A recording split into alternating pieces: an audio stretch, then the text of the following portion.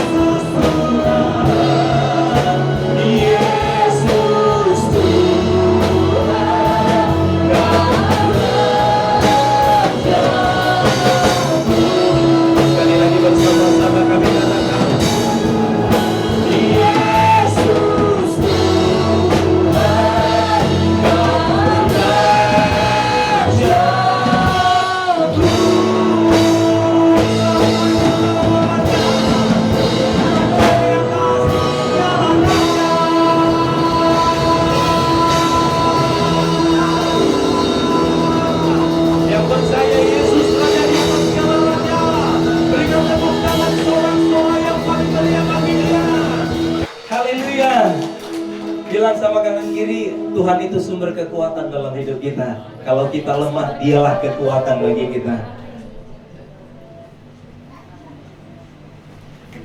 Yesus kekuatan di hidup kita.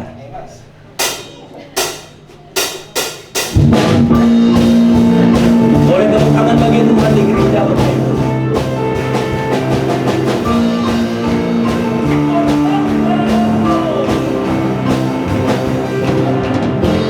Yesus, kau kekuatan di hidupku,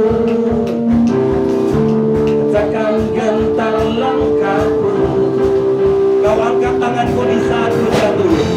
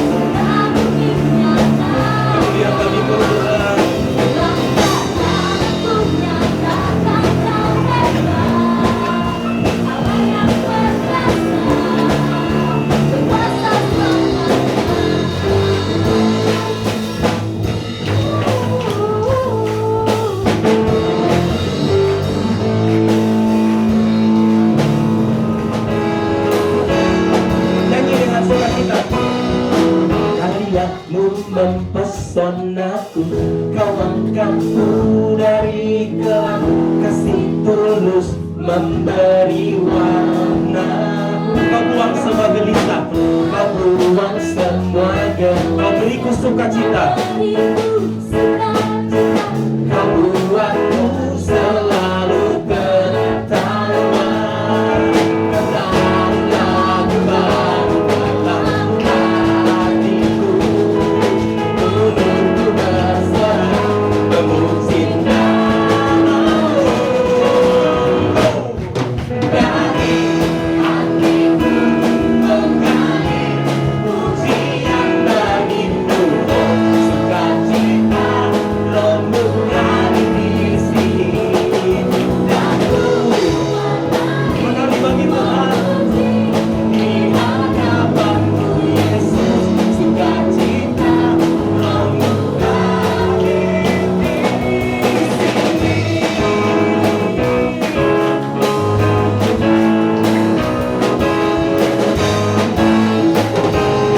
Tuhan bernyanyi lebih. Wajahmu mempesonaku, kau angkatku dari kelam, memberi warna. Buang semua gelisah, kau beriku sukacita. Aku selalu tertawa. Katakan lagu baru dalam hatiku, untukku bersorak memuji namamu. Dari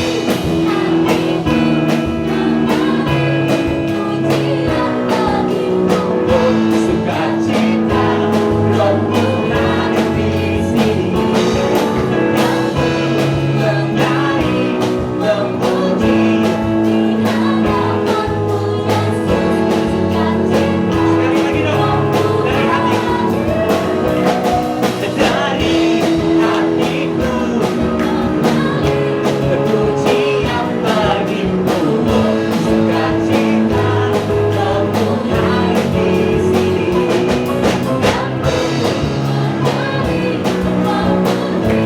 Di hadapan-Mu Yesus, sukacita rohmu hadir di sini. Yang bersukacita, boleh lambaikan tangan di hadapan Tuhan.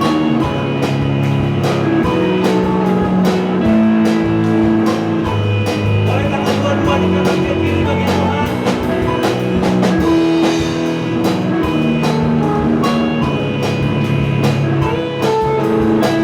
Ayo sama-sama yuk. Katakan la la la la la. La la la la la. La la la la la. La la. Haleluya.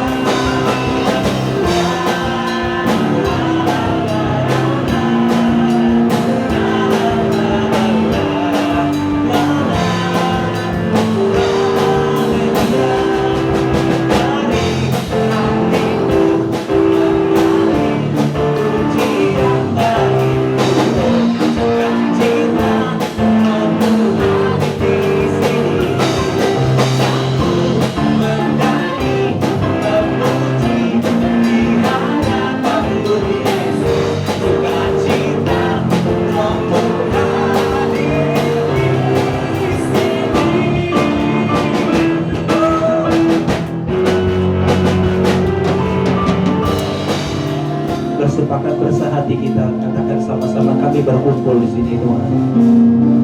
Kami berkumpul Tuhan di hadapan tahta-Mu,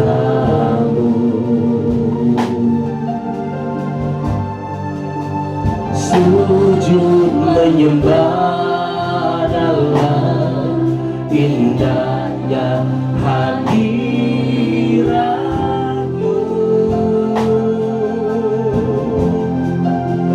Kami rindu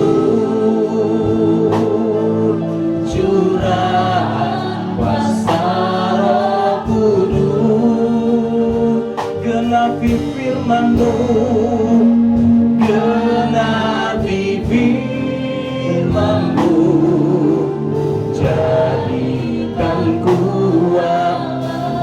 Mari bersama-sama, biar belas kasihan-Mu Tuhan, biar belas kasihan-Mu Bapa,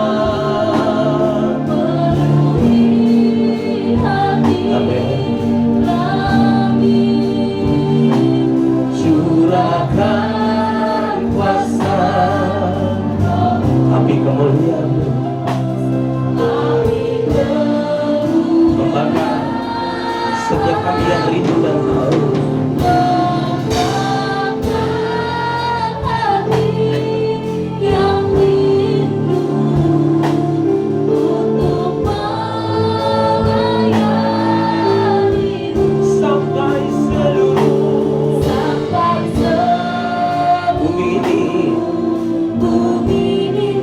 Sampai seluruh negeri ini. Mari Bapak Ibu Saudara, sambil bagi beri bersama-sama kita buka kedua tangan kita sebagai penyataan doa korporat bersama-sama. Ya belas kasihan-Mu Bapa, belas kasihan-Mu Bapa. Mari mengadakan wajah kita ke seluruh buka kedua tangan kita bersama-sama sepakat. Kami rindu belas kasihan, ditaruh Tuhan di hati kami.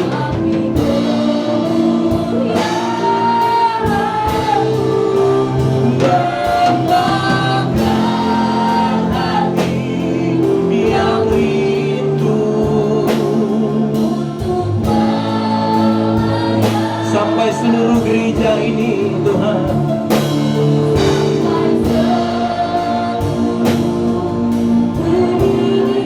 Sampai seluruh hidup kami.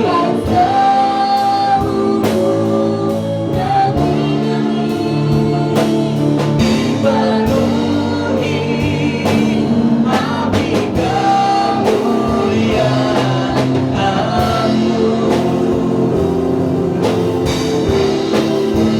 Biar belas kasihan-Mu Bapa, penuhi hati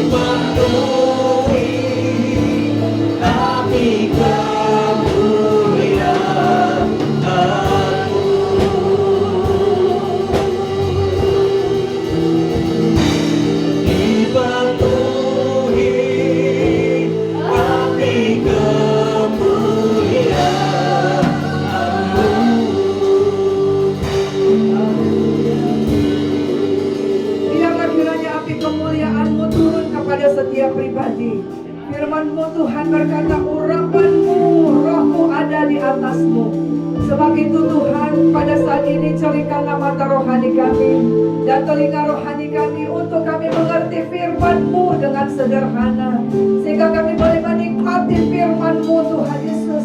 Karuniakan hikmat dan marifat, tolong kami Tuhan menikmati firman-Mu. Darah Yesus sucikan dan kuduskan kami. Maka saat kami akan menerima perjamuan-Mu yang kudus, bahkan akan pelantikan pelayan Tuhan Yesus di tahun ini, biarlah kiranya Tuhan akan tolong kami semua. Di dalam nama Yesus kami berdoa dan bersyukur. Haleluya. Amin. Diawali dengan memberikan kesaksian. Jadi ada 7 orang yang kemarin memberikan kesaksian, dan 6 diantaranya nanti kami undang ke depan karena mereka akan dapat angpau. Nah, diantaranya Lucy, Ando, Mega. Ayo maju ke depan. Siapa lagi? Floren, ada Floren. Mana Floren? Ya, Floren. Siapa lagi di sini? Satu Jeffrey. Claudia. Oh, Claudia. Oh, Claudia dia lagi ngajar sekolah minggu. Sini. 2, 4, 5, satu lagi siapa? Firman. Oh, Firman. Mana si Firman? Oh, Firman gak datang? Terlambat. Ya. Jadi mereka memberi kesaksian. Jadi semalam saya sudah janji mau ngasih angpau sama mereka. Iya. Floren. Oke, Tuhan Yesus memberkati. Iya, silakan duduk. Nah, saudaraku yang terkasih dalam nama Yesus, ini bukan berarti maksudnya kesaksian langsung dapat angpau, bukan itu. Ya, tapi bagaimana kita melatih anak-anak muda untuk mereka berani bersaksi di tengah teman-temannya, bagaimana Tuhan tolong mereka. Jadi kesaksian mereka itu, wah itu luar biasa ya, terutama kakak-kakak dan abang-abang. Mereka bisa menceritakan bagaimana mereka bisa lepas dari rokok, lepas dari judi yang mereka geluti 5 tahun, tapi tetap melayani. Ternyata tidak ada yang lain, hanya firman Tuhan yang bisa mengubahkan. Ada yang bercerita bagaimana Tuhan jodoh di dalam Tuhan pimpin di dalam perjodohan mereka. Wah, jadi semalam anak-anak muda yang tidak hadir rugi, saya bilang. Ya. Nah, hari ini saudaraku yang terkasih adalah minggu yang pertama bulan Februari, dan kita akan membaca firman Tuhan di dalam kitab Ayub pasal 28 ayat 12 sampai dengan 28. Kami mengundang kita untuk tetap bangkit berdiri. Kita akan membacanya. Ayub yang ke-28. Nah, nanti saudara akan perhatikan ayat 28 akan menjadi ayat hafalan kita, ya. Tetapi di mana hikmat dapat diperoleh? Di mana tempat akal budi? Jalan ke sana. Ayo, 13 sama-sama. Jalan ke sana Tidak diketahui manusia dan tidak didapati oleh orang itu. Kata samudera raya, ia tidak terdapat di dalamku. Kata laut, ia tidak ada padaku. untuk kakinya tidak dapat diberikan emas murni dan harganya tidak dapat ditimbang dengan perak. Ya, ayat 16. Ia tidak dapat dinilai dengan emas ofir ataupun dengan permata krisopras yang mahal atau dengan permata lazurit. Tidak dapat dikembali emas pada kaca atau ditukar dengan permata dari emas tua. Baik gewang, baik hablur tidak terhitung lagi. Memiliki hikmat adalah lebih baik daripada mutiara. Permata krisolit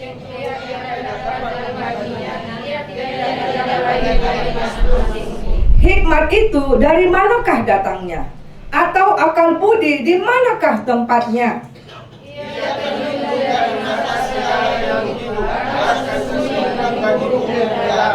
Kebinasaan dan maut berkata, hanya desas-desusnya yang sampai ke telinga kami.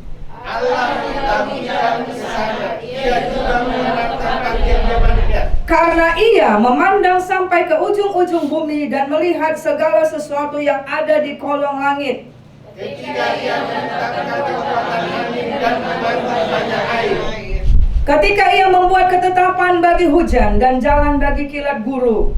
Ketika itulah ia meyakinkan lalu memberitakan dan menyatakan Ayat 28 sama-sama. Tetapi kepada manusia ia berfirman, sesungguhnya takut akan Tuhan itulah hikmat, dan menjauhi kejahatan itulah akal budi. Sekali lagi, ayat 28, 1-2 ya. Tetapi kepada manusia ia berfirman, sesungguhnya takut akan Tuhan itulah hikmat, dan menjauhi kejahatan itulah.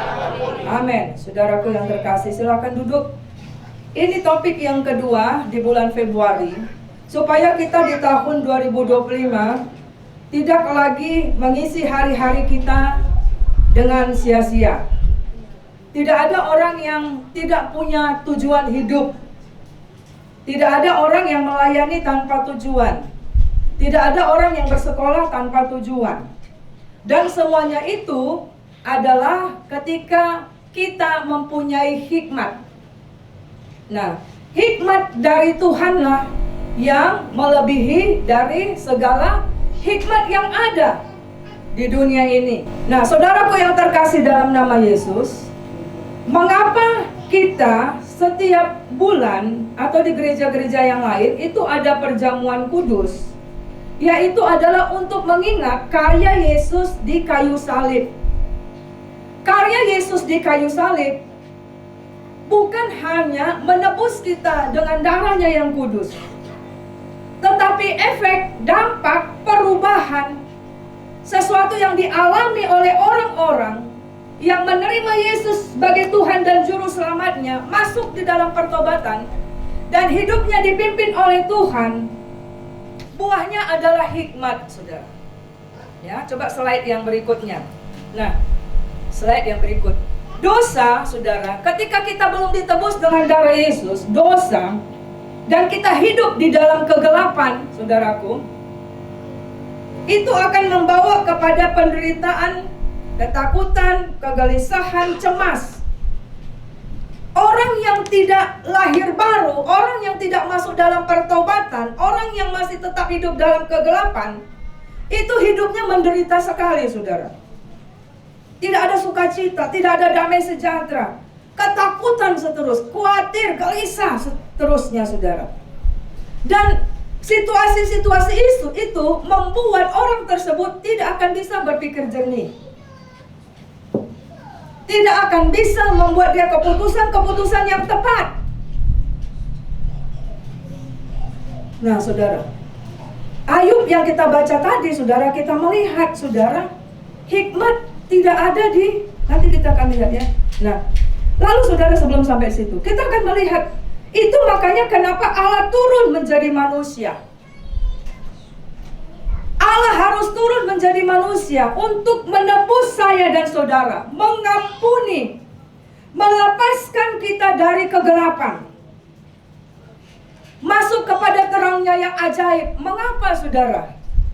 Karena itulah yang akan mengubah pikiran kita, dibaharui, hati kita dibaharui, roh kita dibaharui. Dan hal itulah yang membuat kita bisa berpikir dengan jernih, mengambil keputusan yang tepat, saudara. Nah, ditebus, diampuni, dan disucikan, itu yang Tuhan lakukan dengan mati di kayu salib. Nah, di dalam Efesus 4 ayat 21 sampai dengan 24, saudara, itu dikatakan ketika Yesus telah mengampuni, menebus kita, kita diampuni, kita disucikan, kita dibenarkan, maka roh dan pikiran kita itu dibaharui. Dibaharui, saudara. Roh kita dibaharui. Dari yang penuh dengan ketekanan, kegelisahan, kekacauan, menjadi hati yang penuh dengan damai sejahtera. Pikiran yang kalut, pikiran yang kacau, saudara, dibaharui, saudara.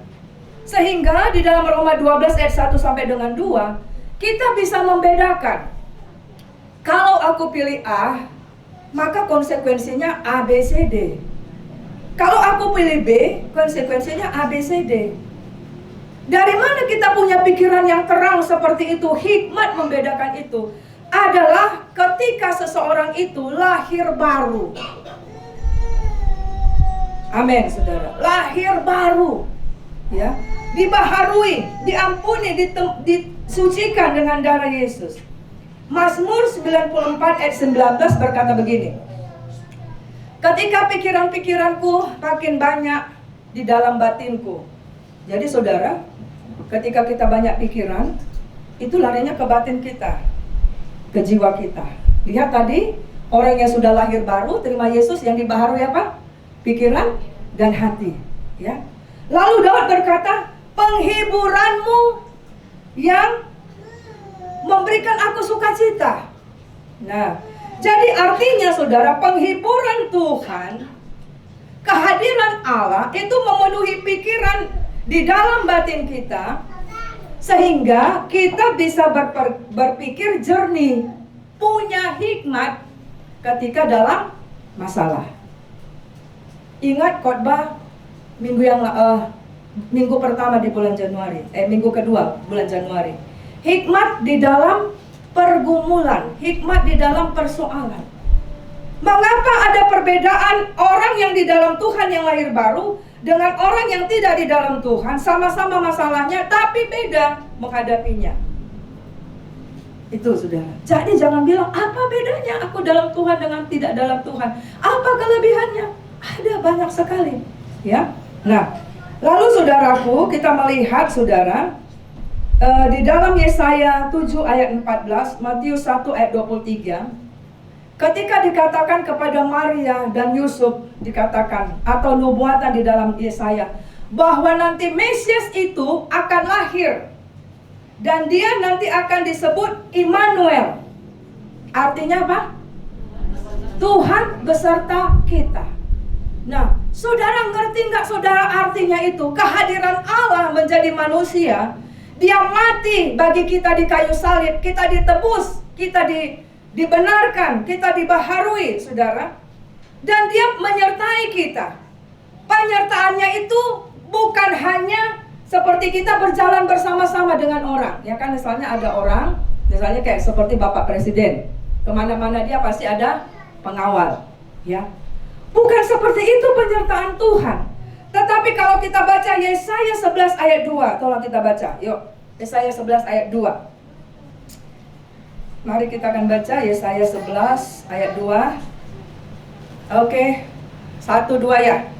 Roh Tuhan akan ada padanya, roh hikmat dan pengertian, roh nasihat dan perkasaan, roh pengenalan dan takut akan Tuhan. Nah, saudara, ketika Tuhan katakan dia nanti akan disebut Immanuel, Allah beserta dengan kita, maka ketika orang-orang yang sudah ditebus dengan darah Yesus dan lahir baru, penyertaan Tuhan itu disertai dengan apa? Roh hikmat. Katakan amin. Roh hikmat, kebijaksanaan, roh pengertian, sehingga kita bisa mengerti kenapa dia bisa berbuat seperti itu. Kita bisa menerima orang lain. Roh nasihat, kita dinasihati, jangan buat seperti itu, kenapa kamu harus ampuni, kenapa kamu malas-malas. Ada roh nasihat, Roh Kudus bicara. Dan dikatakan keperkasaan. Penyertaan Tuhan memampukan kita sampai detik ini ada karena ada roh Allah, roh keperkasaan itu di dalammu. Amin. Amin. Ya, saudara. Sehingga pada saat kita tidak merasa tidak berdaya, tapi kita bisa tetap melaluinya. Wah, itu luar biasa sekali. Lalu dikatakan roh pengenalan. Sehingga anak muda akan bisa melihat ada 2 atau 3 cewek atau cowok, engkau akan bisa mengenal. Oh, ini bohong ini. Ini ada selingkuhannya. Ini gimana? Bisa. Roh Allah memberikan pengenalan di dalam hatimu. Oh, ini pekerjaan yang benar, ini enggak, saudara. Bukankah itu yang akan kita perlukan setiap hari, saudara? Ya. Lalu dikatakan apa? Dan roh takut akan Tuhan. Nah, saudara, kita masuk kepada kitab Ayub yang kita baca tadi. Ayub menuliskan bahwa, saudara, ternyata hikmat dan akal budi itu tersembunyi dari semua orang yang hidup. Hikmat dan akal budi yang sesungguhnya tidak bisa kita dapat di bangku sekolah. Hikmat dan akal budi itu melebihi IQ maksudnya. Kalau kita ke sekolah itu hanya mengasah IQ. Lalu dikatakan dia tersembunyi di ujung bumi sampai di kegelapan maut. Laut berkata, tidak ada hikmat sama aku. Jadi makanya saudara, jangan cari hikmat di Gunung Kawi, cari hikmat di sungai-sungai. Ya, mereka carinya di mana? Di Sungai Nil, di pohon-pohon. Dia sembah itu pohon-pohon besar. Dia anggap nanti akan diberikan hikmat. Tidak. Ayub berkata dalam firman ini, tidak ada hikmat di dalamku. Kan tadi sudah dibaca, betul? Tidak ada hikmat di laut, tidak ada hikmat di sungai, tidak ada hikmat di gunung-gunung. Nah, dan tersembunyi bahkan di dunia kegelapan. Apa maksudnya di dunia kegelapan? Artinya jangan cari jimat, jangan cari pemeliharaan, jangan cari apapun di dunia gelap, saudara. Tidak ada di sana, ya. Tetapi ayat yang berikutnya dikatakan hanya Allah yang mengetahui jalan menuju hikmat dan akal budi. Inilah sangat pentingnya mengapa saudara, ketika kita punya anak, saudara, dari kecil itu harus dibawa kepada Tuhan dan diserahkan. Supaya apa? Supaya dia ada kepenuhan daripada Tuhan dan akan diberikan hikmat dalam hari-harinya. Ingat saudara, kita nggak 24 jam bersama dengan anak kita. Ya kan saudara? Tidak. Tetapi kalau ada roh takut akan Tuhan, maka dikatakan berikutnya saudara, takut akan Tuhan, roh takut akan Tuhan, mereka mengenal Tuhan. Amsal 1 ayat 7 dikatakan permulaan pengetahuan. Wah ini saudara, permulaan pengetahuan. Lalu dikatakan permulaan hikmat. Mengapa kita harus membawa anak kecil kita dari kecil sampai dalam hidupnya tetap takut akan Tuhan? Itulah hikmat, saudara. Itulah pengetahuan itu, saudara. Waktu minggu yang lalu kan kita ada di Kenanga ya, di Resto Kenanga. Saya dengan suami sudah pergi ke survei ke berbagai tempat, tapi kok rasanya enggak. Saya bilang, aduh gimana ya Tuhan. Nah ini saya enggak bilang apa-apa. Lalu Tuhan bilang berhenti di Resto Kenanga. Suami bilang, Bapak Ovira bilang, kenapa tiba-tiba di situ? Enggak tahu, berhenti aja kita. Saya bilang. Dan ternyata ketika Tuhan memberikan hikmat itu, kita banyakkan 90% hadir. Semua bisa menikmati dengan baik, saudara. Ya? Nah, sumber hikmat dan akal budi di dalam Ayub 28 ayat 8 dikatakan takut akan Tuhan. Jadi yang namanya hidup dalam pertobatan, hidup di dalam lahir baru, dan hidup di dalam takut akan Tuhan, dikatakan itulah hikmat. Itulah akal budi. Jadi pada saat kita mentok, Tuhan bicara, ini kau buat, ini lakukan, ini kau ambil keputusan ini, salah, investasimu salah di situ. Nah itu sudah. Mari kita akan lihat satu tokoh di Alkitab, di Perjanjian Lama, yang disebutkan dia memiliki hikmat yang luar biasa. Di dalam 1 Raja-Raja 4 ayat 29 sampai 34 dikatakan Allah memberikan hikmat dan pengertian kepadanya sangat besar, dan akalnya itu lebih luas daripada samudra. Bahkan dikatakan waktu itu hikmatnya lebih daripada hikmat orang Mesir. Jadi pada zaman dulu hikmat orang Mesir itu jempol, kita melihat ya. Nah, siapa dia saudara? Salomo. Nah, kalau kita melihat mengapa Salomo dikaruniakan Tuhan hikmat dan pengertian amat besar, lebih dari yang lain, ternyata kalau kita baca kitab Amsal, terutama di dalam Amsal pasal 3 ayat 1 sampai dengan 26, di situ Salomo menyebutkan, dia bilang, jangan lupakan ajaran papa dengan mamamu yang membawa dalam pengenalan akan Tuhan. Jadi kita mengerti sejak kecil rupanya Salomo yang punya hikmat itu, saudara, telah diajar papa mamanya untuk mengenal akan Tuhan dan hidup takut akan Tuhan. Nah itu saudara. Nah hikmat Tuhan dalam 1 Raja-Raja 4 ayat 34 selanjutnya, kita akan melihat gara-gara si Salomo itu punya hikmat yang luar biasa, dikatakan pengertiannya luar biasa, akalnya luar biasa, lebih pintar dari orang Mesir. Akhirnya raja-raja di muka bumi pada waktu itu, bayangkan muka bumi disebutkan saudara, mengantar apa? Upeti. Artinya berkat mengikuti. Apakah Salomo yang meminta raja-raja itu bawa upeti? Tidak saudara. Lihat, berkat ketika kita takut akan Tuhan.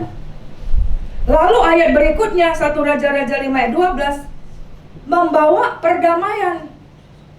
Jadi musuh-musuh yang ada pada waktu zaman Daud ayahnya, pada zaman si Salomo itu aman, tidak ada perang saudara, damai. Hikmat akan membuat kita saudara tidak punya musuh, bisa berdamai. Lalu di dalam 1 Raja-Raja 10 ayat 23 sampai dengan 24, ayat itu berkata, hikmat Tuhan mengangkat Salomo melebihi semua raja di bumi. Diangkat. Jadi kalau ada seorang anak Tuhan di sekolah, maka dia pasti akan melebihi siswa yang lain. Kalau ada seorang anak Tuhan di dunia kerja, pasti dia akan melebihi yang lain saudara. Dan orang gak akan berani ganggu dia saudara. Semalam saudara salah satu kesaksiannya, ada yang bilang begini, ya saya gak sebut-sebut namanya. Jadi dia menyatakan saya itu di lingkungan pekerjaan semuanya laki-laki. Ada kenek-kenek, ada supir. Tapi saya tidak pernah diganggu. Atau mereka melakukan pelecehan dan sebagainya. Mengapa saudara? Karena orang yang takut akan Tuhan, kemuliaan Tuhan sinar sama dia. Wah itu orang gak berani jamah sembarangan saudara. Benar saudara. Ini yang dialami si Salomo ya. Nah, hikmat Tuhan adalah takut akan Tuhan. Nah, mari kita akan baca 1 Raja-Raja 9 ayat 4 sampai dengan 9. Jadi Salomo diingatkan oleh Tuhan. Ya, apa? Yuk kita baca 1 Raja-Raja 9. Boleh ditampilkan ayat 4 sampai dengan 9. Oke, kita baca ya ayat 4 ya. 1, 2 ya.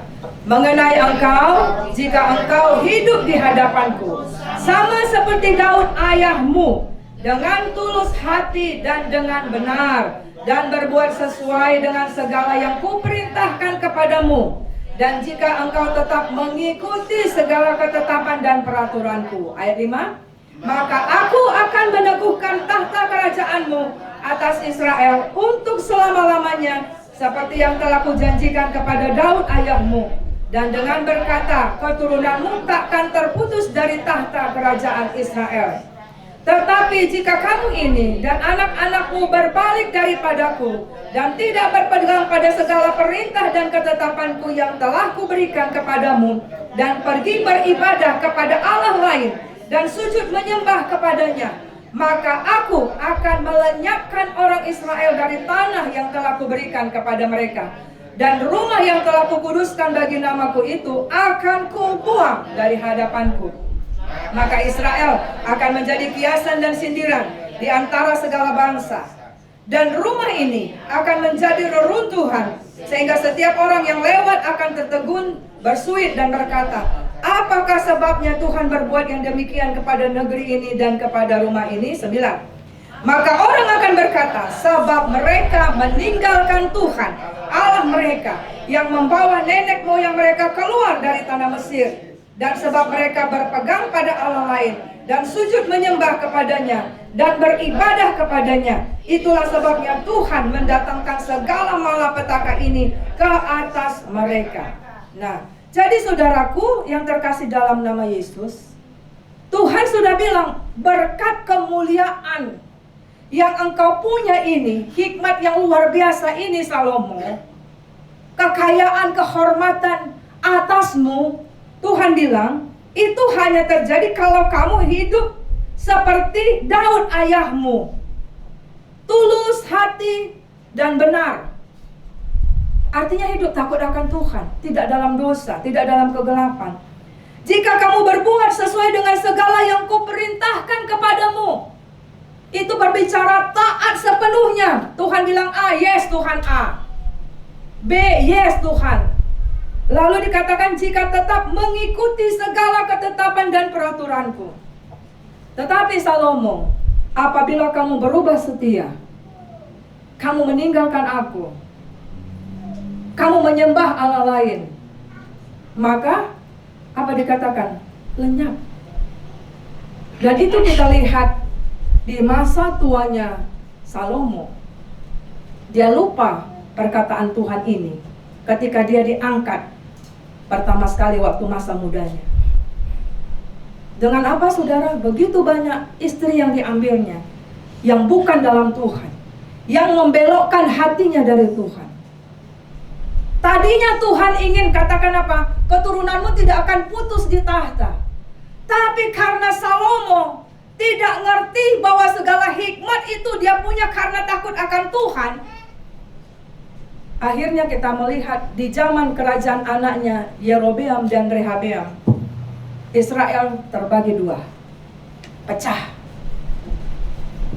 Bahkan nanti ada 10 suku yang hilang gara-gara Salomo yang berhenti yang berhenti takut akan Tuhan. Jadi, saudaraku, jangan anggap sepele untuk hari-hari yang kita bangun setiap hari dalam hidup kita. Kalau kita punya hikmat di dalam memilih, di dalam memasak, di dalam mengatur keuangan, dalam semua, itu akan Tuhan tambah-tambahkan ketika kita takut akan Tuhan. Nah, bagaimana praktek takut akan Tuhan itu? Ini ada beberapa, 5 saja yang saya ambil. Yang pertama di dalam Imamat 19 ayat 14. Ayat itu berkata, jangan kau kutuki orang tuli dan orang buta. Artinya begini, ketika kau melihat ada orang cacat, ada orang yang tidak baik, jangan katakan kutuk terhadap dia. Ketika ada orang yang, kan ada dikatakan kalau orang menghina sesamanya, dia menghina Tuhan, pemiliknya. Jadi orang yang takut akan Tuhan tidak akan bilang, jelek kau, bodoh kau. Ya, ibu-ibu jangan bilang itu sama anak-anak. Jangan bilang itu sama orang lain. Itulah makanya kayak gitu dia. Oh, itu nggak takut akan Tuhan. Dikatakan di situ. Lalu yang kedua, Imamat 19 ayat 32, itu dikatakan kalau engkau berhadapan dengan orang yang lebih tua dengan engkau, dikatakan hormati. Hormati orang yang lebih tua. Jadi hikmat akan ada kepada anak-anak yang hormat kepada orang tua. Itu maksudnya. Lalu yang ketiga dalam Imamat 25 ayat 17, dia katakan gitu, jangan kamu merugikan satu sama lain. Nah, jadi kalau berdagang, berilah yang terbaik, ya kan? Jangan kita bilang semua baik. Kalau diminta mana yang lebih ini, kasih tahu yang benar. Jangan rugikan dia. Ya, itu dikatakan takut akan Tuhan. Jadi artinya di dunia kerja dia akan melakukan yang terbaik, saudara. Dia tidak akan merugikan orang lain, tidak menipu orang lain. Lalu dalam Ulangan 6 ayat 2 dikatakan orang yang takut akan Tuhan. Mari kita akan baca yang ini ya. Ya, Ulangan 6 ayat 2 dan Ulangan 6 ayat 24 nanti. Yuk. Kita boleh buka Ulangan 6 ayat 2. Supaya seumur hidupmu engkau dan anak cucumu takut akan Tuhan Allahmu dan berpegang pada segala ketetapan dan perintahnya yang kusampaikan kepadamu supaya lanjut umurmu. Takut akan Tuhan juga memperpanjang umur. Sehat-sehat, saudara. Nah, ayat 24, saudara, ayat 24 berkata apa?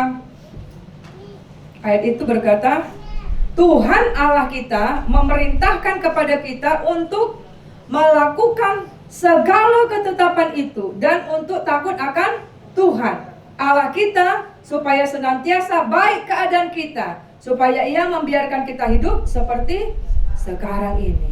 Nah, jadi berpegang kepada ketetapan Tuhan, perintah Tuhan. Dan yang penting di situ adalah beribadah demi namanya. Jadi pada waktu engkau melayani, pada waktu engkau beribadah, lakukan itu karena nama Yesus. Bukan karena SK yang akan diterima. Bukan karena tidak ada pekerjaan. Bukan, saudara.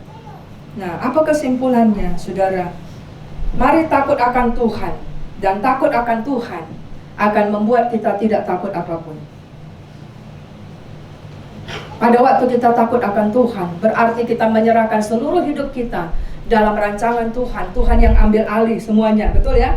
Maka apapun tidak akan kita takut. Takut akan Tuhan adalah sumber hikmat pengetahuanmu. Ya. Jadi saudaraku yang terkasih, mari ajar anak-anak kita sejak kecil, juga sampai disebutkan anak cucumu. Kita juga, biarlah kiranya sampai akhir hidup kita hidup di dalam takut akan Tuhan. Ya, nah, mari kita akan bangkit berdiri.